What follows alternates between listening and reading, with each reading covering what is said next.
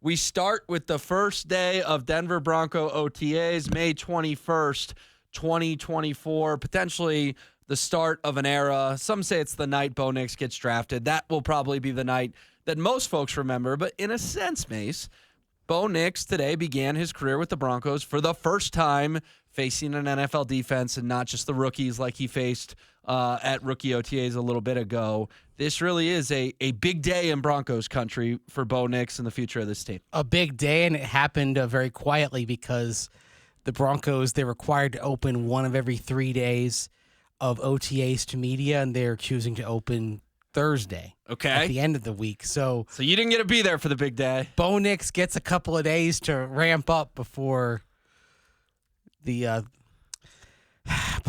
of us in the media get a glimpse and start casting our judgments, as it were. Well, and it's funny because imagine if Bo tore it up today, right? And then he tears it up tomorrow, and then you guys go out there Thursday and he has his worst day.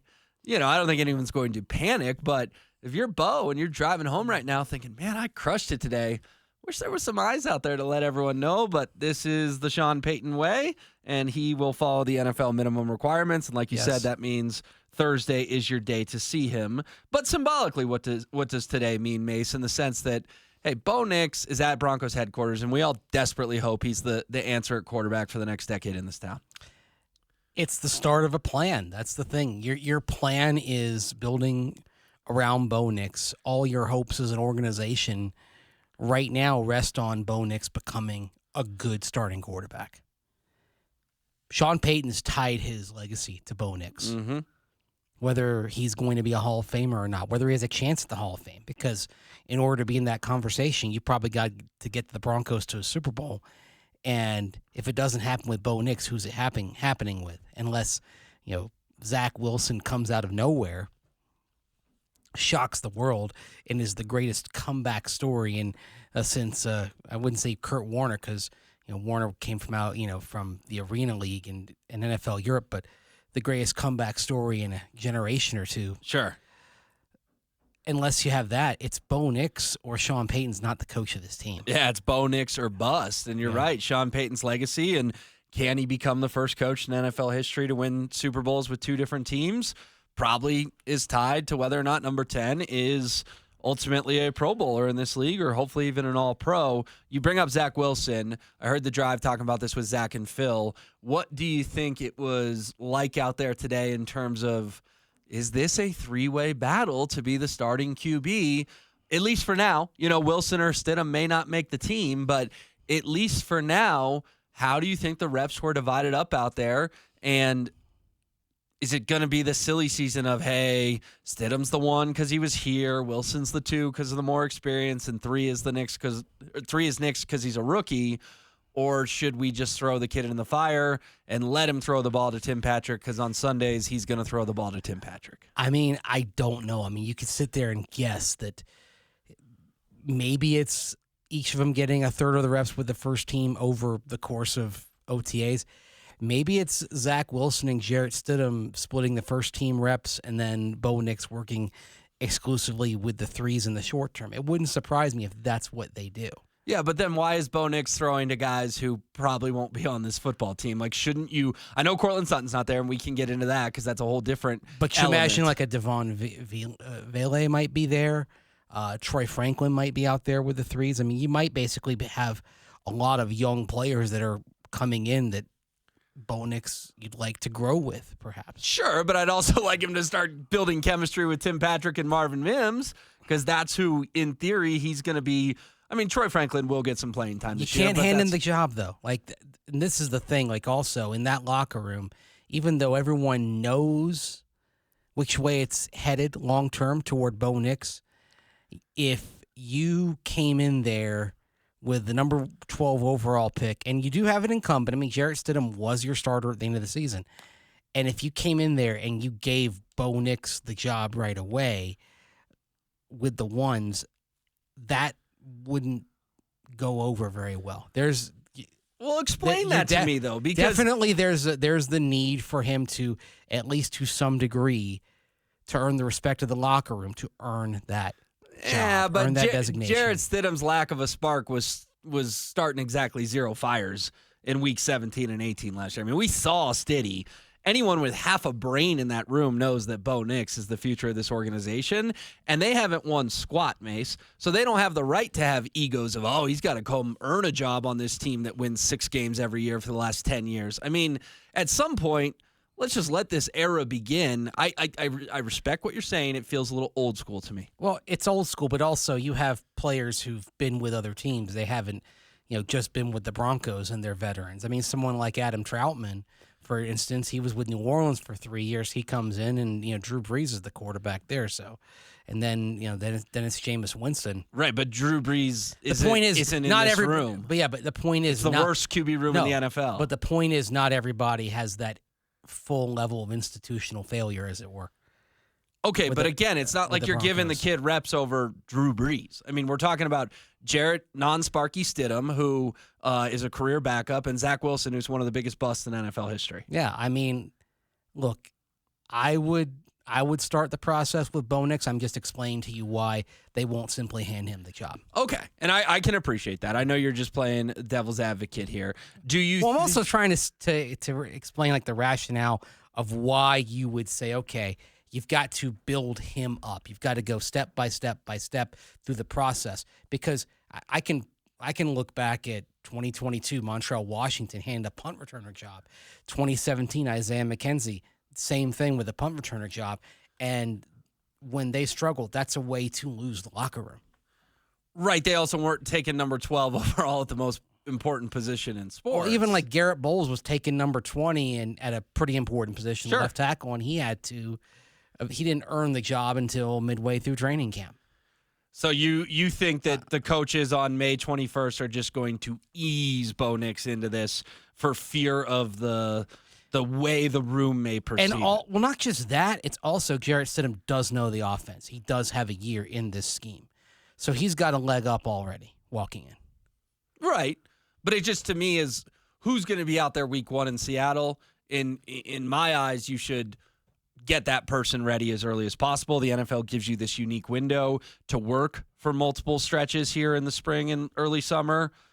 Let's take advantage of that and not just kick the can down the road till July 28th because we can. First, you have to identify that he's completely ready, and that's part of what you're going to hopefully get out of the next few weeks. Oof. If he's not ready, then taking the 6th quarterback in the draft at number 12 overall looks like a massive reach. Why? I mean, Lamar Jackson was the 5th quarterback in 2018, and they didn't throw him in there until midseason. They also had Joe Flacco, a proven starter with a ring in this league. It doesn't make a difference, though, to me. Like, if you've got somebody who's started like Jarrett Stidham, and who started like Zach Wilson, I don't think it does anybody any good to put Bo Nix out there before he's ready. Now, if he proves he's ready, if he goes out there and he absorbs everything really fast and shows he's the best quarterback, by all means, give him the job. But don't hand it to him without some process of finding out how ready he is, because you can do damage to a quarterback prospect by putting him out there too soon. I can buy that. Figure out if he's ready. And then in doing so, that also keeps things copacetic with the locker room, because if you kind of take that stair-step process and you find, I mean, you could know by minicamp here in 3 weeks, he's got the tools, he's ready. He's the guy. He's the guy. And then you come out there for training camp and he takes the first snaps. And it will be copacetic with everybody, because the players are going to be watching closely when they're not lined up with Bo Nix. When they're not taking the rep with him, they're going to be watching. They're going to know. And it'll make sense when it happens. Well, I'm so excited to get out there on Thursday. Everyone will be out there with their reports from practice. Looking forward to reading you and Cecil at denversports.com. Other things in OTAs that you are watching specifically with this team, I think the running back is fascinating. I had a friend who's in some ridiculous fantasy football league where they're already like getting ready to draft, and he goes, break down the Broncos running back situation for me. And I go, there's 5 guys, and there's 3 roster spots, and I'm not sure any of them have a roster spot completely locked up. I would assume Audric Estime, because he's a 5th-round pick, makes this team. I would assume Jaleel McLaughlin, who they like a lot, makes this team. But the Javonte Williams, Samaje Perine, Mace, that is a story we are going to be watching all summer. And then, of course, Blake Watson, the kid out of Memphis as well. There might be 4 roster spots, though. Sure. Because the back end of the roster construction is going to be a little bit different because teams are figuring out what skill sets work best for that new kickoff rule where everyone's in a standing position. You're not running as far. Could you have bigger players? Are you maybe going to go heavier at running back than wide receiver, perhaps, because your 4th running back is going to be asked to cover on kickoffs, and it doesn't necessarily have to be a guy with like 4.35, 4.4 speed, right? But it is a fascinating position, right? It is. I mean, out of all 5 of those guys, their roles are not defined at all. There's no clear-cut number one, certain rubber stamp it. He's getting 20 carries every Sunday that we know of on this team. At least not right. I think the average person would assume Javonte Williams. Yeah. But you also enlightened me when we did this show, I don't know, a month ago, and you told me, and correct me if I'm putting words in your mouth, but Javonte's spot on this team isn't a given thing at this point. I don't think so. Yeah. And now that being said, we're going to learn a little bit about Javonte because we'll see what kind of burst he has to see maybe if he's closer to getting back to that explosiveness that he had as a rookie and then early in year 2 before the knee injury. Yep. However, at running back, and I'm going to go into cliche mode, but it's true, you really don't know until the pads go on, until you actually get full contact, full speed. We'll probably get a better idea at receiver, which is an interesting position group right now. We can break that down. Running back may remain wide open pretty well into training camp and deep into the preseason as you accumulate data points from when the pads are on. But at wide receiver, we may start getting a picture pretty quickly because... And Cortland Sutton's attendance will factor into Cortland that. Sutton, whether he's there, or not, like he's stayed away from the voluntary work. It's not a holdout on Cortland Sutton unless he's not there for mandatory minicamp next month. At that point, if he's not there, he does get fined. But it's not just him and the questions around his status. You have Troy Franklin, Devon Vele coming in. You have Jalen Virgil, who was doing really well last year, who's back, and then he hurt his knee in preseason play. I remember that. That was in San Fran, right? On a touchdown down the sideline or very near touchdown? Very near a touchdown down the left sideline. So you've got guys that you've seen in the last couple of years, like Brandon Johnson, for example. Does Brandon Johnson get squeezed? And Brandon Johnson's made some plays over the last few years, but he could be an odd man out type guy. I mean, they cut Philip Dorsett. They brought him back, but he's kind of on the fringe, basically, after being on the practice squad last year. And then, of course, the guy that you're hoping can make the big leap is Marvin Mims Jr. And I'd say he's not one of those players who has a huge amount on the line because he's going to be in the rotation no matter what. But here's a chance for Marvin Mims to show that he's a versatile receiver, that he can be used every down. And that, I think, is going to be one of the more fascinating developments of the next few weeks, is seeing, is Marvin Mims Jr. more than a 9-ball guy? Is he someone that's going to get open underneath? Are you going to run him on some drag routes across the middle? Because if he can do that, then it opens up a horizon of possibilities for him going forward. And we haven't even mentioned, of course, Josh Reynolds, who was a late free agent signing coming over from the Lions. Or Tim Patrick.